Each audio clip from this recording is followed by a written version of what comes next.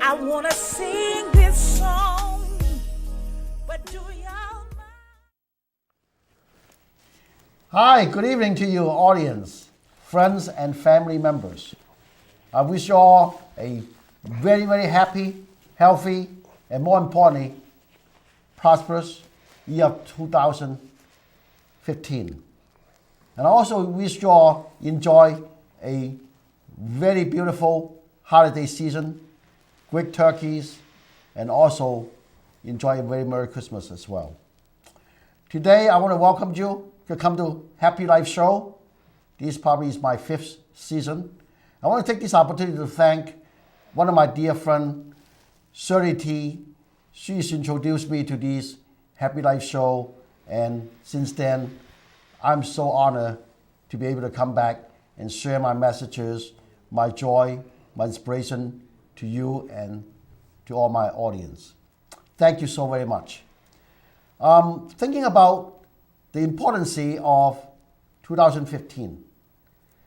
Other than good health, thinking about our own wealth and our well-beings, we also have to worry about our society, our community, how we can serve better.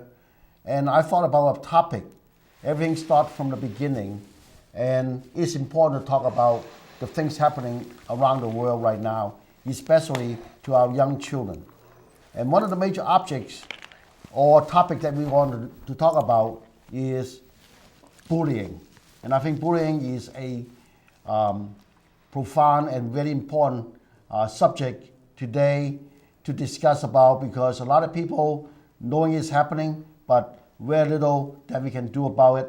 So I want to bring this topic up today and share with you all. And I have one special guest, and his name is Captain Alex Keich. Welcome, Captain Keich. How are you doing, sir? I'm doing very well. TS, I appreciate you inviting me here today, and I don't know that anyone else calls you TS except I. However, I call you TS because I want to give you additional respect. Oh, thank you. Chin is your last name, and I prefer calling you TS as a personal friend. Thank you. Thank you. Well, my name is Chin, and Alex and I have been friends for years now. And he's an outstanding Toastmaster member, and I learned a lot of things from him. Most people call me Chin because my first name is Thick, T-H-I-C-K.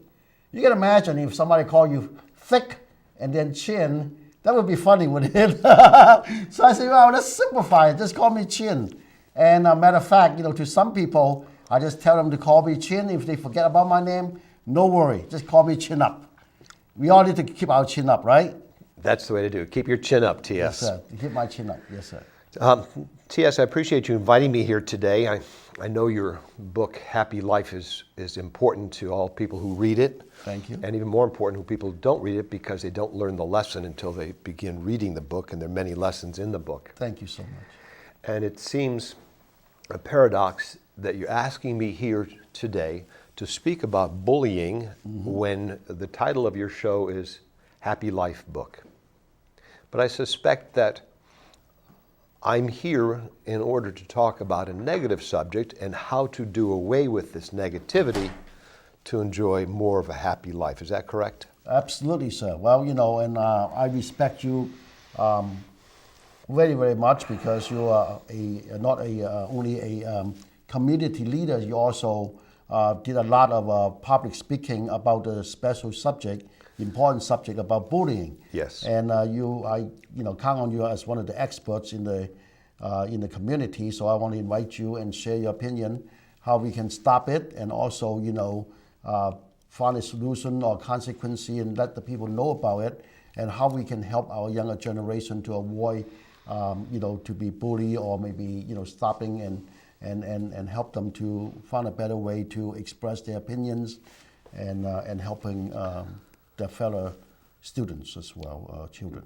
T.S., it's a great subject to bring up. Yes, sir. I'm honored that you asked me to talk with you about that today. Honored to having you, sir. Thank you. You first said to me before we came on the air, what is the definition of bullying? And it's a really good question that you had asked me. And the reason why it's a good question is because how can you address a problem unless you understand the problem? Absolutely.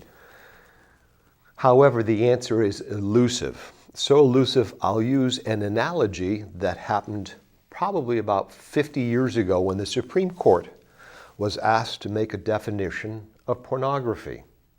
It turned out they couldn't come upon a definition. It was decided that although I, as an individual, or they as a judge, don't know the definition of pornography, but I recognize it when I see it. The same is true with bullying. A lot of people think bullying is fisticuffs, one guy beating up another guy. That's one type of bullying. Another type of bullying is a passive-aggressive type of bullying, where you humiliate people verbally. And with today's technology, and a lot of people use the Facebook and also the emails to accomplish what they want to do with bullying others. That's correct. As a matter of fact, that's given a special title. It's called cyberbullying. Cyberbullying, right. Cyberbullying is very prominent amongst young people because they don't seem to be able to get along without being able to use their thumbs to communicate, which is okay. If I were in China and I wanted to communicate, I would have to learn to speak Chinese.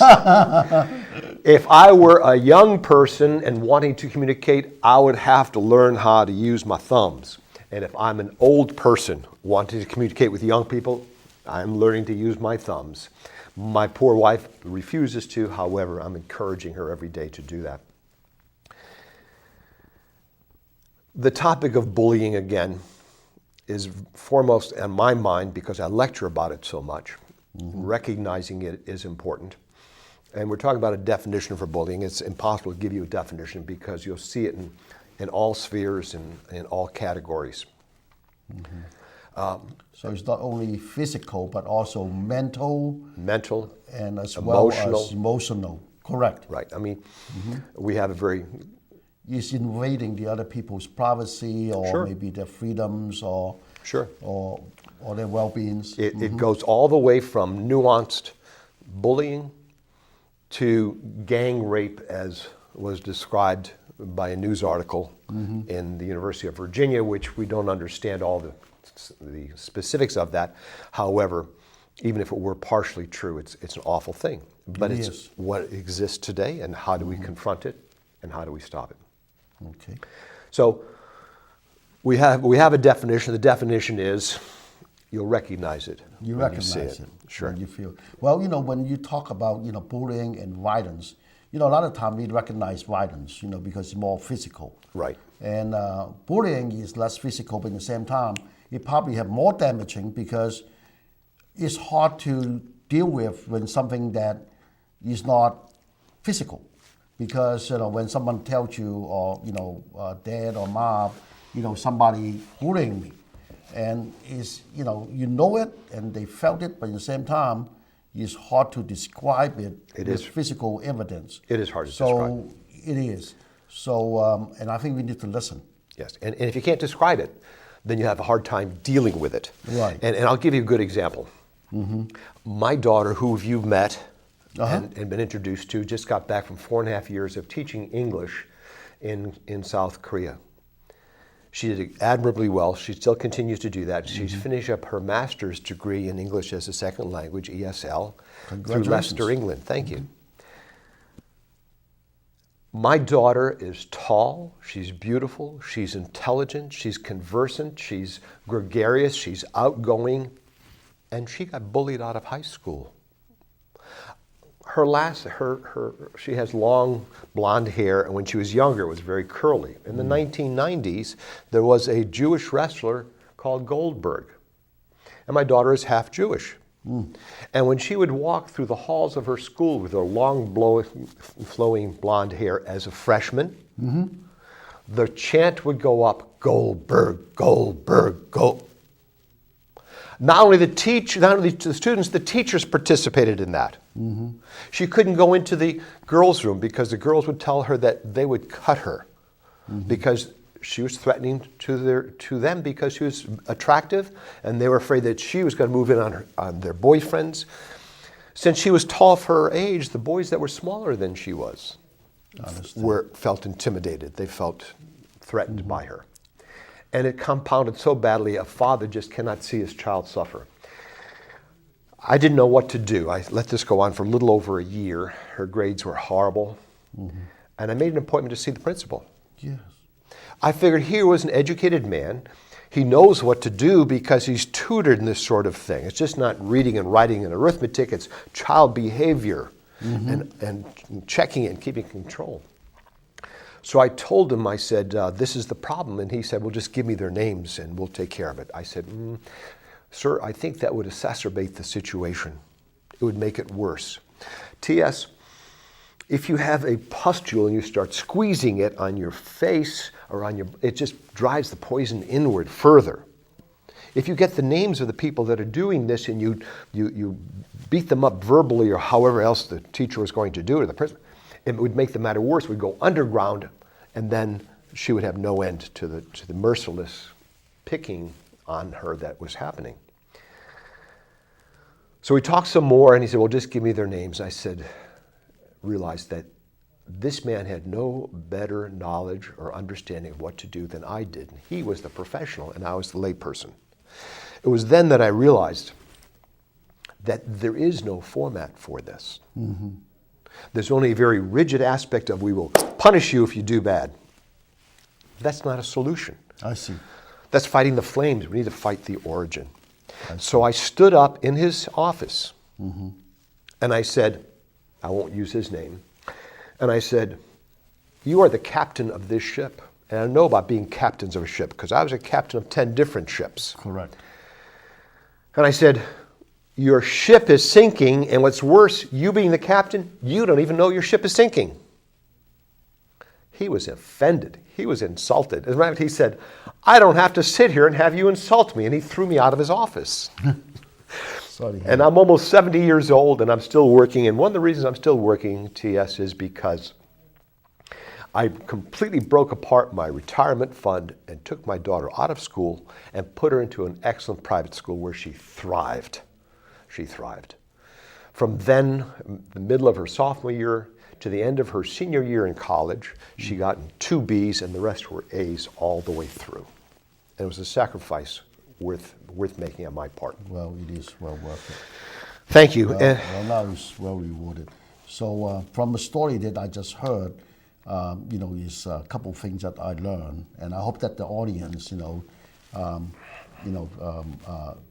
can feel, your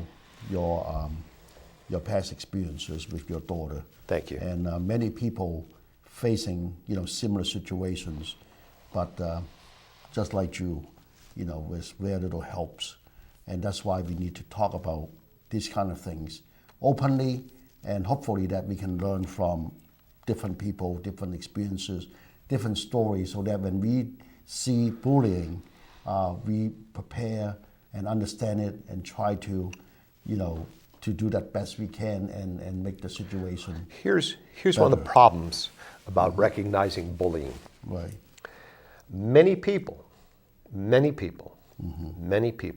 feel that bullying in school is merely a rite of passage. It's a part of the growing up process. The answer is no, it is not. Well, I agree with you 100% because I read an article back in the 1990s, 12 out of 15 high school shootings were created by the one that have been bullied by others. And they want to come back and fight back. And it does have a major negative impact into the society, especially the bullies. The bullies, if they don't change the behavior, once they grow up, their adulthood, they are not going to change much, and it's bad for the family. And the negative impact will be continue for many, many generations to come. So I think that is why it's important to talk about this subject. And since we know a little bit about the definition about the bullying, it's not just physical, it's not just like violence, but it's also is more of a mental and emotional and abusive behavior upon the others. So let's talk about those consequences are huge. The one that been bullied about, they may have Well, let bad me share with you how. grades, like what you said about your daughter. Let's forget about bad grades. I gave you an example of my daughter. And the reason I use her as an example is because people think sometimes that people who have some sort of disability gets bullied, and they do. Right, they do. But my daughter is the opposite end of the spectrum. Exactly. So it's happened to all different kind of people. I remember when I first came to this country at the age of 16, and I could not speak any English. And, I got friends that they laugh about me, and they call me thick and then say chin, And the way that I dealt with it is that I laugh about it. I laugh with them. And, one thing I want to share with you too, that, it is bad. I mean, I heard a story from one of my friends that she worked for this large company. Her utmost boss in charge the whole, not only the department, but the whole organization, just happened to be her daily boss as well. And he loved to bullying people. And every time that she does good work, he has something to say. When she excels with her work, he has something to say, but not the good things, but always negative. And one day she asked the boss and said, why you bullying me? And he said, what do you mean? He said, every time that I do something, that nothing that I can please you. But the attitude and the language that you use during our conversation, that seems to me that I'm worthless. And no matter what I do, I cannot keep you happy. And this boss just stroked back to her and said, happy is not in my dictionary. I don't like to see people happy. I don't like to see you happy because happiness is a weakness link. It's a weakness. And so even though people that do great work with a happy mentality, they still get bullied from some other people that they have a negative. That's the problem that I'm addressing. Now, what Correct. we're looking at is, in this specific instance that you're mentioning, we're looking at her performance probably is less than it could be because she is being thwarted. My daughter, we took her out of one area and put her into another area so we'd hide her from the bullies. But Right. These aren't solutions. These are the flames. We're fighting the flames. I want to fight the source of the fire. First of all, let's understand how the size and magnitude of bullying is today. It is estimated, well, let me back it up a little bit. The third leading cause of death of young people aged 15 to 24, the third leading cause of death of young people aged 15 to 24 is suicide. And the Center of Disease Control in Atlanta, Georgia, estimates that more than half of them are because of bullying, more than half. Now, after 10 years in Afghanistan, we're bringing our troops home, and the line was drawn, they said, very sadly, very unhappily, over those 10-year periods, that 10-year period, we lost 2,000 dead soldiers in Afghanistan. Well, if you take the numbers I just gave you, 4,400, take half of that's 2,200 every year. 2,200 every year commit suicide because of bullying. And bullies are part of that. Bullies are very unhappy people as well. Oh, they're not. They're part of the suicide rate as well. I've traveled in Europe. I've traveled some in China. You remember your younger days in Hong Kong? And I'm sure you've traveled a bit too. When we travel in Europe and in most of Asia, when you look about the countryside, do you see a lot of litter? You see very little litter. True. You see almost no litter along the sides of the streets. Now, why is that? Is that because they have very heavy-handed draconian laws? Well, possibly they have good laws about that. We have very profound laws here about litter too, and yet we see a lot of litter. The analogy I'm drawing is this. We have 50 states with laws against bullying. We have 37 states that have laws against cyberbullying, and we have 21 states that have other bullying laws in fraternities called hazing, which is also bullying. And yet, despite all of those laws, we have a profound bullying problem. Why is that? Well, they just define parameters. That's all the laws do. How do we stay within those parameters? We need a societal change. Litter is not accepted in Europe. Litter is not accepted in the main parts of Asia where I was visiting, in Japan and Hong Kong and various other places. Why isn't it? Because it's just not allowed. We don't allow that here. Yes, sir.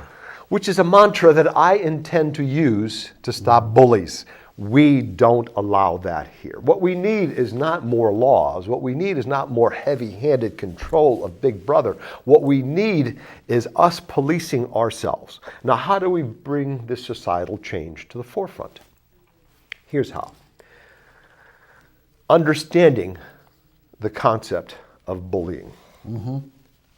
If you say, we don't allow that here, you and everybody with you, whoever's in the same room or in the same cognizance, or if you're online and you see somebody else being bullied online because they'll get in conferences, Right. we don't allow that here. What happens there? If you do it as an individual who's being bullied, it withdraws your permission to being bullied. I withdraw my permission. You don't look the person in the eye, you say, we don't allow that here. Okay, that's number one. If everybody does it, then the bully doesn't have an audience to play to. Very true. Remove the bully's audience. Now you're transforming yourself from a bystander as part of the audience into an upstander. So it's important we know what upstanders and bystanders are. Right. Let me share with you that somebody who sees bullying happening, and most of us will disagree with it, but we won't say anything. If you do nothing, if you're just passive and walk on as a bystander, you're as guilty as the person perpetrating the bullying. You're as guilty as a person perpetrating the bullying. Because it seems to be that you're allowing it happening. You're allowing it to happen. He plays into this audience. But if you become an upstander, you do something about it. And what can you do about it?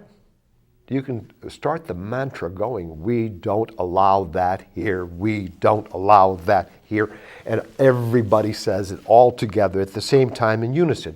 We don't allow that here. Okay. We don't allow it here. That's it, exactly. We don't allow that here. And I'm mad about it. We don't allow it here. So now what are you doing? You see, it gives you strength and energy, and it gives the victim, it empowers the victim, and makes him less of a target. He's not as enticing a target if he shows some sort of strength without directing my activity to you. Let's say you're the bully. We don't allow that here. I'm not looking at you directly, but I'm empowering myself, giving my strength, so I become less a desirable victim.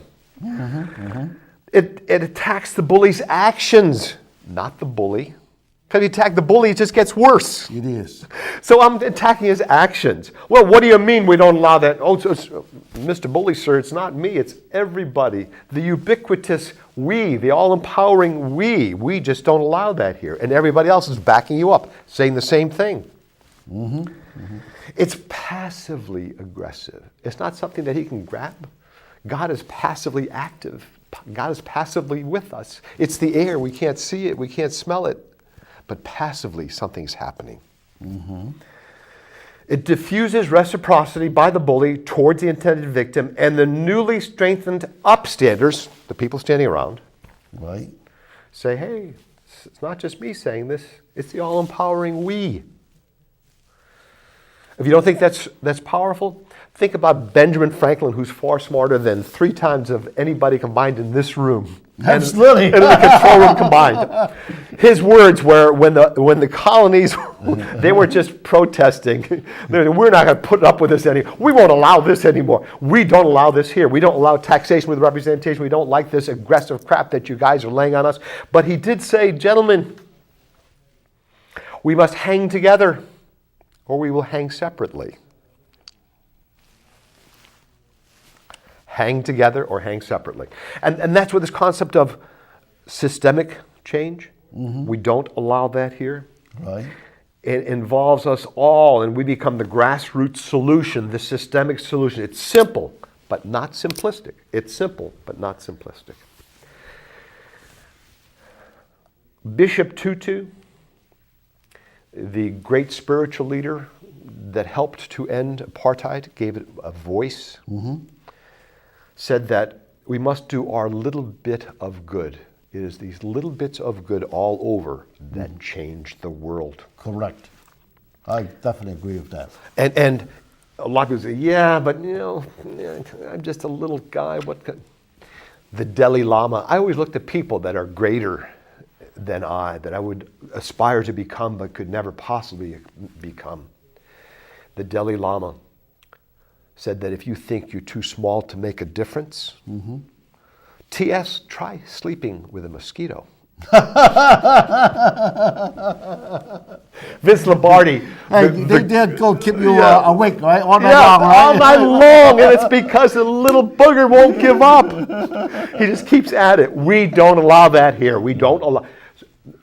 Folks, we just don't allow that here. Yeah. Vince Lombardi said, when he first took over the Green Bay Packers, he said, gentlemen, this is the meeting he had. There's a great show on NPR, on the public TV station. He said, gentlemen, we will pursue perfection, and that's what we'll strive for. We'll never quite reach perfection, but in pursuing perfection, we will achieve excellence. Excellent. And that's how to do it. We don't allow that here. It's that simple, really. That's very simple. Well, that is a very, very profound and useful analogies, and I think that that motto, we don't allow it here, is very, very effective. Thank you. It's a mantra. It's a mantra. I'm sorry, I interrupted you. Okay, and it's a mantra. And also, I think that after it happened, we can tell the people we don't allow it here.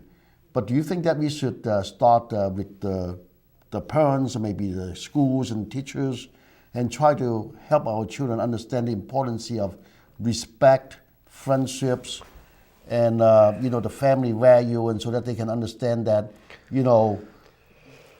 when you are bully others, you're not respecting others. And I think everyone, regardless of your race, where you come from, the genders, age, that we all have our dignities, and we all should respect each other. And I think that the character building is also important from the grassroots level too. Do you think it's able to help a little bit I agree. in the later days? I'm not here as a psychologist because I'm not. I'm not here as a behavioral analyst because I am not. I am here as a human being who observes the human condition. Right. I've had the opportunity to travel the world. I was born in the site of a work camp called Plaszow in Krakow, Poland, just as the Second World War was ending. My mother and father were partisans. My mother carried me in utero as a partisan through the last part of the fighting and hiding from the Nazis.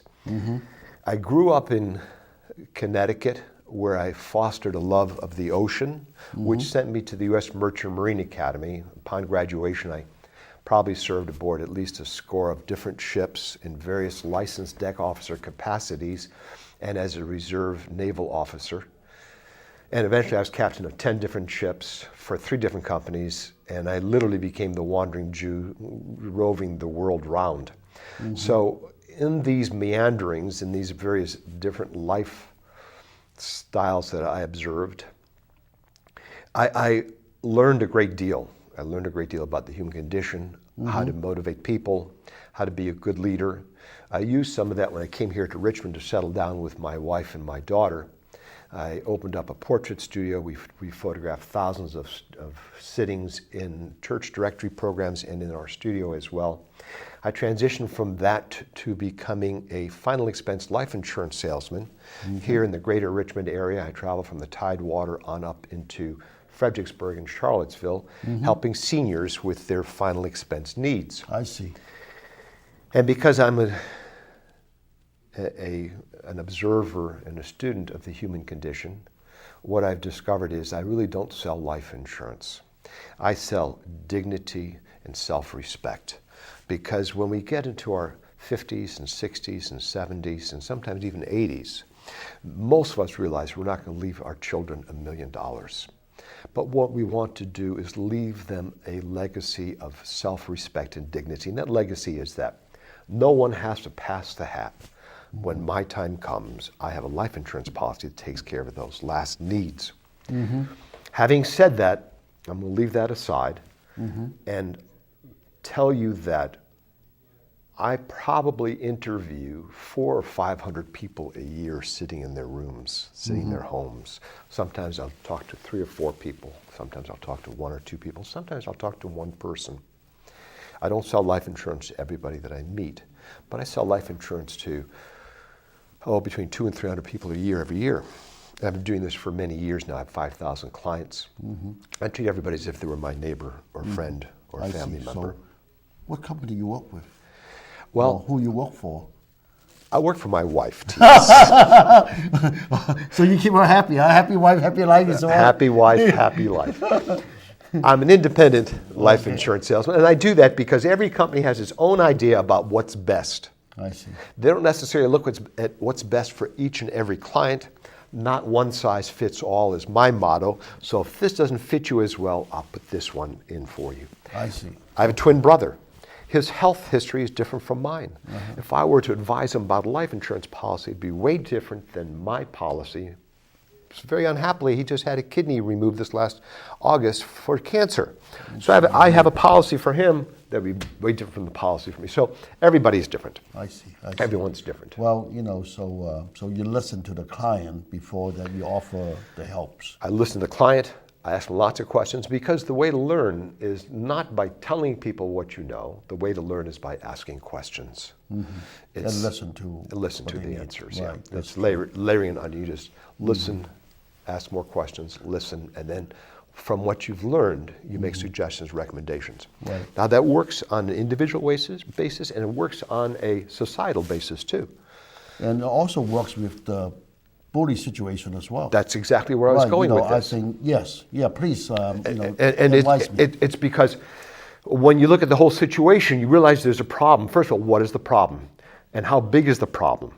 Is it bigger than a bread box? And when you know that over 2,000 young people commit suicide every year, third leading cause of death of young people, age 15 to 24, is not related to bullying? Yes, it's not a rite of passage. It's truly a problem of gigantic scale. It's an epidemic. It is major. No. Well, I think the effect of the bullying overall is tremendous because people don't talk about it, just like other crimes, smaller crimes. And people don't talk about it, but, the persons that got involved with this kind of situation, their side effect can be tremendous, it affecting their mental stability, their learnings, and the grades can become, I'm going to take bullying to its extreme. There are 2 extremes I'll share with you in the story about bullying, where bullying goes. I personally believe that genocide is the end result of decades, centuries, and generations of bullying. That eventually you dehumanize a certain group of people so much that it's okay to kill them. That's not a problem. Well, that's one of the major reasons that I want to brought this up too, because you can see the last few years since 9/11, we all of a sudden that awake by all these unprofounded actions by a lot of people. A lot more violence, and I think that a lot of those violence is related to bullying too. Is bullying in the society, community, and country. And I think that the more that we understand bullying and learn it from how to control ourselves and teaching respects among the families and children, and hopefully one of these days, this will become more peaceful. I mean, that is what my goal, and writing about the book about happy life. It's certainly a roadmap. Captain, yeah. Alex, I learned so much in the last few years since I wrote a book. And when I first written the book, Happy Life, when I came up with the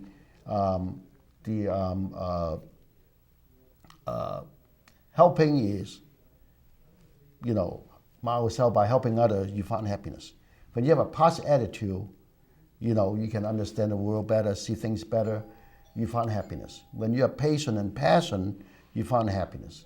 When you believe in yourself, saying, yes, we can, you find happiness. When you share your love, how can you be unhappy?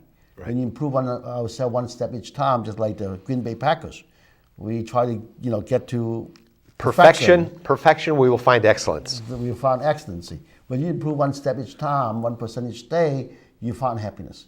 Understand life is, may not be fair to us, but we, must be fair in life. We understand that, we find happiness. And when you're learning and teaching with education, how can you be unhappy? Yep. So, when I wrote that book, there's a theme about it. But now when I look back, 5-6 years, when I wrote that book, it's a great book to inspire people. But life is full of obstacles. And now I realize, after I've written the book, happy life is not just an adjective. It's not about me, it's not about Alex, it's not about you, or it's not about other people. Actually, happy life is a noun, it's a tool, actually. It's a tool, because when you go out to help others, you find happiness. Or when you receive help, you find happiness. So when you are, not feeling well, but you change your negative attitude to a positive attitude, you find happiness. So it is your tool, and however you want to use the tool, it is there for you. So, and I would like to, continue to work as hard as I can and talk to the young people and understand that, life is not about happy life. Life is about whatever you try to accomplish, you need to look at a bigger picture, how we can help other people find happiness. While we're doing it, we can find happiness ourselves. And smiling is one thing. And I think we need to champion, your slow, your. We don't allow that here. Right. We don't allow that here. Mantra. It's a mantra because it's a mantra. It's something you say over and over and over again until it becomes a part of you. It becomes a part of everybody around you, and everybody around you is saying, we don't allow that here. We don't allow that here. It gives you strength. It gives all around you strength to do the right thing. That's very powerful. And I also want to champion, one of these days, just give the general public, your stranger, your family, your friend, just one more smile a day. One more smile a day. One more smile a day. There's a story that many accredit to Rabbi Hillel, who was a great scholastic scholar, a great Judaic scholar of the Roman era. He had been captured with another rabbi. And the Roman commander said to both rabbis, tell me all about your religion in one paragraph and I'll let you live. And one rabbi said, it's too complex, I could never do that. And they killed him. And they came to Rabbi Hillel and say, tell us what you know in one paragraph and we'll let you live about your religion. And he said, I don't need a paragraph. It's but one sentence. He, treat your brother as you would treat yourself, and the rest is merely dialogue. And that's the essence of what you're saying. Yeah. That's what happy life is. Treat the other person as you would yourself. Very true. I think that is one of the basic principles that can help the younger generation a little bit more about bullying, is to help them to learn kindness. Kindness. Now, where does that start? A lot of people say it's a breakup of the family. A lot of people say it's a breakup of the church. My personal belief, after all my travels and all my observations and all the hundreds and thousands of hours I spent in people's homes, it's a one basic common denominator. It's like unlayering an onion. It's like taking a Russian doll apart. It's one layer after the other. And finally you get to the solution, the kernel. The chaff is gone. Oh, here's the kernel. Here's the reason. And I firmly believe is that young children, babies on up, are not taught manners. Are not taught manners. What are manners? Manners are you looking out for the other person's feelings. And if I understand how you feel, because I'm taught from birth to look out for your feelings, not to hurt your feelings, then how could I possibly hurt you? How can I possibly cap you? How can I, any one of those things? Very true. We don't allow that here. So when we talk about how do we stop bullies, well, one of the big problems I have, when people come to me after a lecture and they want to congratulate you, what a fine job you did. I'm going to tell you what I did to the bully when he was bullying me. I just popped him in the nose like that. Oh. And all I can say is, oy vey, that's the wrong thing to do. It's not the right thing to do. You're teaching him what you do is right and what he does is wrong. No, that's not the way it works. The right thing to do is we don't allow that here. It's passively aggressive. It doesn't attack anyone. It doesn't attack the bully. It addresses the bully's actions, not the bully. Very true. That is a very good point because when I was growing up, I learned from the Bibles. A lot of our knowledge is from Bible and from religions and from parents, grandparents, friends, sometimes from our grandchildren. We can learn from everybody. And I think you got a very good point that is very important, is about the manner. Treat your brothers or others like the way you want to be treated. I think that concept, we have to start it and renew it again because a lot of time that with today's society, in my personal opinion, is that we're depending on the computer and the school teaching so much that the family value and also the teaching from the parents from childhood and let them know the importance of respect, the manners, and it's so important. I think that if we can start it somewhere, somehow, Absolutely. Absolutely. And teach them to smile to more often, I think that would ease their attention. You don't beat your child when he has bad manners. You merely tell him, we don't allow that here. I mean, it starts right when they first start to talk. We don't allow that here. Systemic solution means a solution from the ground up. That is a good point. Hey, congratulations. So that is something new today. I'm going to tell my grandchildren. Yeah, we don't allow that here. You don't allow it here. I don't make the rules. Mama J doesn't make the rules. We all don't allow that here. It's just not accepted. That is awesome. I like that. I really like it. Yeah. So, well, tell me what is your future plan to continue to send your message? Continue to lecture. I continue to work as a docent at the Holocaust Museum right here in Richmond. There are many people that don't realize that we have a Virginia Holocaust Museum right here in Richmond. Oh, I visited several times, and You're very happily took you around and gave you a tour. Thank you. January 25th, it's on a Sunday at 2 o'clock. At the museum, we're going to have a speech, an introduction of what's going to be a commemorative year for the liberation of Auschwitz. It's going to be, the head of the museum is going to be doing the talk, Dr. Charlie Sidnor. Friday morning, at 8 to 9 o'clock, I will be a co-host on a Spanish-speaking radio station here in Richmond. It's 1380 on the AM dial, on a program called Un Día a la Vez, One Day at a Time. Next week, the JCC, Jewish Community Center, will be opening a permanent exhibit for Holocaust survivors. I'll be part of that exhibit, and there'll be a ceremony that evening or get-together at 7 o'clock. A week from Thursday to, is that the 15th, TS? Yes. The 15th. Yeah. So that'll be the 15th at 7 o'clock at night. All people are invited to come partake in that. That's be a pre-ceremony also for the liberation of Auschwitz. What time again? It's 7 o'clock at night. The 15th of January, Thursday. The 15th of January, Thursday. Where the location? JCC, it's on Monument Avenue.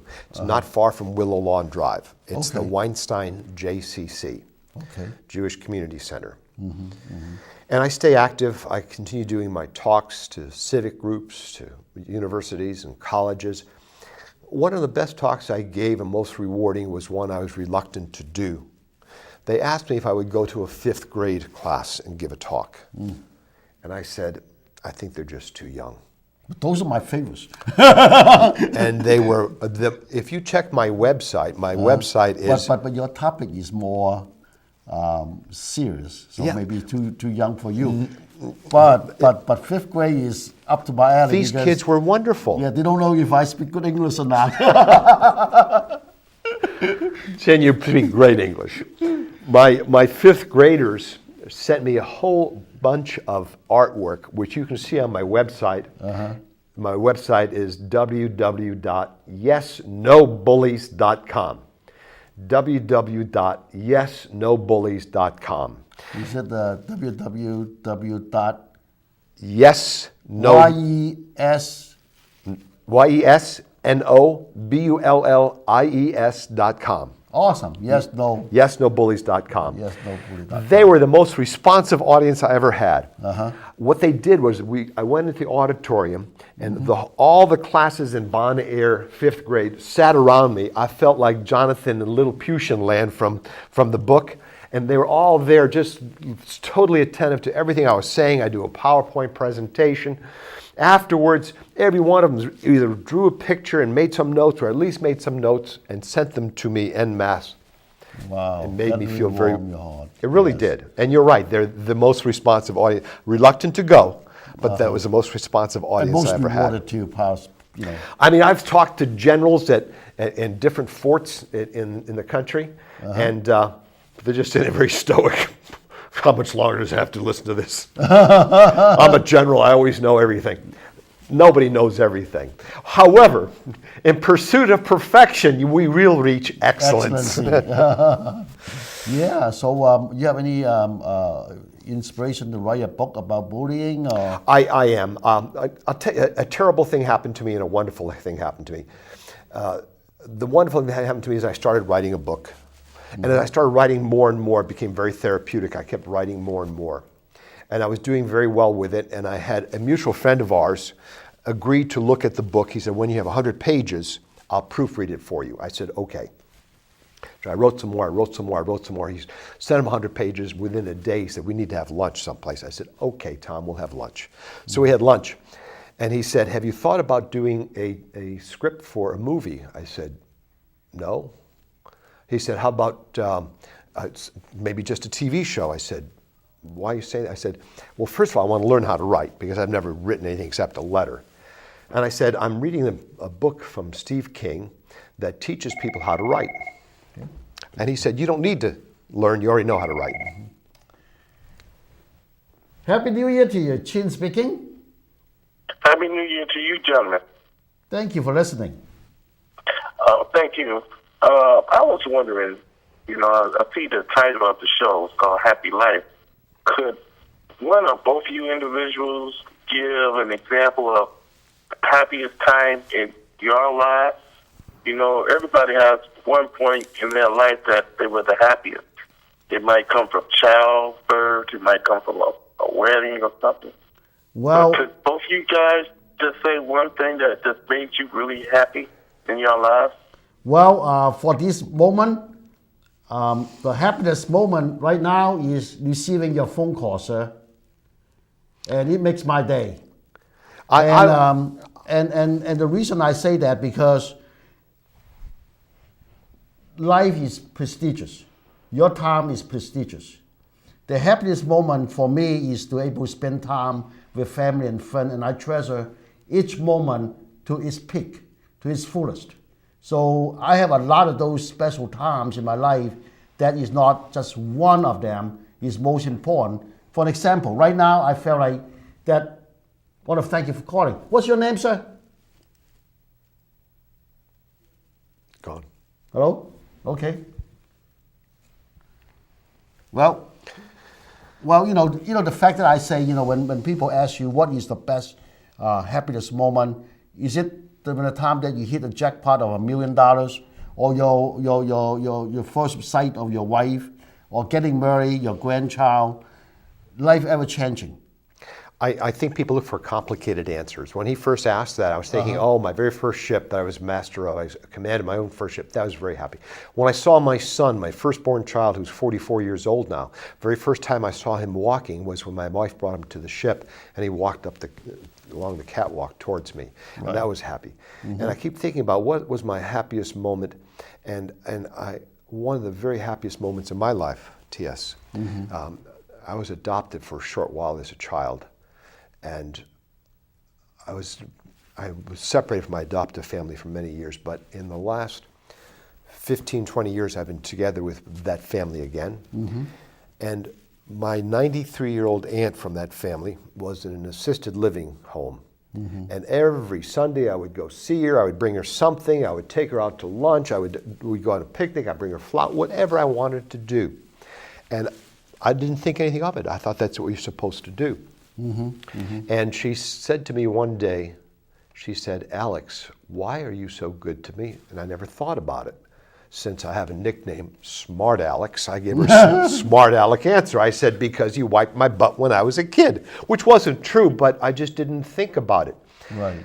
A few days later, it hit me, and that became one of the happiest moments of my life. It hit me that I wasn't doing it for her, I was doing it for me. It made me feel good to be kind and good to her. And that was a very selfish motivation, but I realized then, realize now that that was really one of the happiest moments of my life. Well, you know, I want to things sink in too. So I want to thank you, my audience, to ask me that question. Now it gave me a chance to sink in your question, and whoever that you call, I deeply appreciate you. And I think one of my happiest moments is that when my father's doctor told my father that his cancer was in submission. And let me tell you this story. When I was in my 20s, my father was in the age about 40s, and he had this cancer. He smoked a lot, and the doctor told him that he only had 46 months to live. That's during the summer, and we were calculated it would be difficult for him to pass Christmas time. So, and are there any treatments at the time? You know, you're talking about back in the 70s, and the treatment is very limited. You know, at the time, you know, chemo is not very popular. The thing that they use is called cobalt treatment. And so the doctor said, well, it's not really much that we can do at the time. And I was young, you know, and I was really aggressive. I'm not trying to bully the doctor. I just asked the doctor and say, you know, if this is your father, if that's you, in my father's shoes, what would you do to yourself or to your father? He said, well, you know, let me think about it. And then he started treating my father, and I told the doctor, Kavachanti, and I said, well, you know, treated my father is like a dead horse. You know, he's going to die anyway. Just treat it the way that you think is the best chance that he has survival. And the doctor treated my father very aggressively with that cobalt treatment. And, you know, there's no salivas. You know, my father was in pain, you know, and string-wise, he still had some. So when he was in pain so much that he and I hold each other's hand. I live in the second floor, he lived on the ground floor. I walk him upstairs and we jump each step each time so that he can suck on a piece of candy to help him to get some salivas but it's really painful. So after about 6 weeks treatment, and the doctor said, well, you know, it's time to stop, because if we do any more treatment, it would do more harm than good. But can you believe that nodules this big, you know, on both sides? My father hardly breathed and starts, you know, getting smaller. And I said, Doc, can you just give him one more? He said, okay, maybe just 2 more. And after 2 more of those treatments, and about 4 or 5 weeks later, we would come back and see the doctor. And the doctor said, surprisingly, we don't see that nodule anymore. That cancerous is gone. And I thought that might be my happiest moment. That is a wonderful moment, wonderful story. Yeah, it was one of my happiest moments, because I was, at the time, I said, you know, if I can give up 10 years of my life to just save my father, I would have done it. Sure. And that miracle came true. So my advice to you, ladies and gentlemen, is that, you know, we don't always ask for miracles, but miracles does happen. We just keep praying, working hard, share your love, and continue to support your family and friends, and especially the young ones that they have been bullied or maybe bullying the others. We have to send passion, we have to send love, and we have to send support. We want to listen to them. If there's a reason for them to bully others, we want to find out why. You know, maybe the problem is within himself, not because of other people. But if we're thinking about the victim, we are in the wrong focus. I think we have to think about why this person is bullying the other people. We want to find a solution of it, find out from the root of it, so that we can, take care of the problem from both sides of the aisle. That would be my suggestion. And it's a very sound one. Sometimes people say, well, let me back up a little bit. There's not one person listening to us, not one person in the control room or here, that either hasn't been bullied, we've all been bullied at one time or another, or even bullied somebody else. Mm-hmm. I can remember at Kings Point, the U.S. Merchant Marine Academy, where I attended and graduated, there was one classmate of mine. Mm-hmm. He looked like Ichabod Crane. He was long and angular, and he kind of walked funny, and he had to work harder than the rest of us because he probably wasn't as bright as most of us were. Mm-hmm. And I used to make fun of him. Mm. And I thought it was funny at the time. I was very immature and stupid. And as the years went on, I realized how awful that was. And I wanted to call him and tell him that. I said, no, I'm going to wait till I see him at my next reunion. And before the next reunion happened, he suddenly died from a stroke. So I'm unfulfilled. I wanted him to accept my apology and forgive me for being a stupid ass when I was a young man. Well, I throughout my lifetime, I learned so much too, just like you did. And, love your loved ones like each day is your last day. And, if you thought of something to do, don't, just keep pushing it day after day, because you just never know, when is the last chance that we might have for that. And talk about my father, and my father lived another 25 more years. Wow, happily. Fantastic. Yeah, don't you think that's a happy life? Happy ending, happy life. Yes. I have a classmate of mine who became, I didn't realize it until recently, he became very wealthy and very well known in the IT business. Mm-hmm. He has a concept that's widely used and taught throughout the world. And when I saw him after 35 years, I went to a reunion. He was my roommate. I reminded him of something that he did that hurt my feelings a lot. Mm. And I was a football player, and I had one coach who was determined to get us all in shape, and we do wind sprints after practice and wind sprints, and then we do chin-ups after the wind sprints. And then all of a sudden, just one day, it's just how I could do as many chin-ups as I wanted to. What time is it? I'm still going with chin-ups. And I was so happy with my accomplishments. I came back to the room, and he's studying Nietzsche, the philosophy. And he's reading the book. I said, Ken, you wouldn't believe what I just did. And he said, go ahead. And I told him, he said, it's too bad you don't exercise your mind as much as your body. And I reminded him of that 35 years later. You know what he said to me? Mm-hmm. He said, forgive me, Alex.